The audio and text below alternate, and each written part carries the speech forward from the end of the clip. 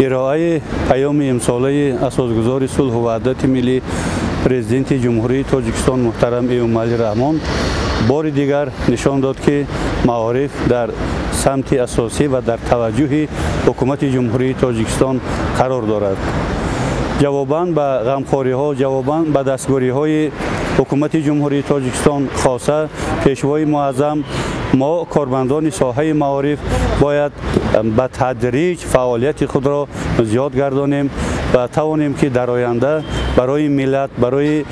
خلق تاجیک، برای دولتداری تاجیکان متخصصان ارزنده را تیار نماییم.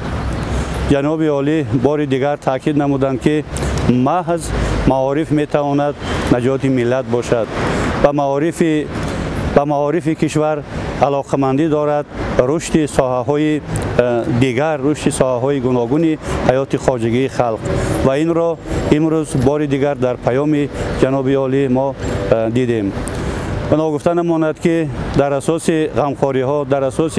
دستگیری های حکومت جمهوری تاجیکستان خاصه پیشوای ملت، معارفچیان جمهوری و ملت، معارفچیان ولایت ختلان کار و پیکار دارند و ما دیده ایستادیم که روز به روز جواباً به این غمخواری ها ساحه معارف رشد کرده ایستاده است. باوری داریم که پیام امساله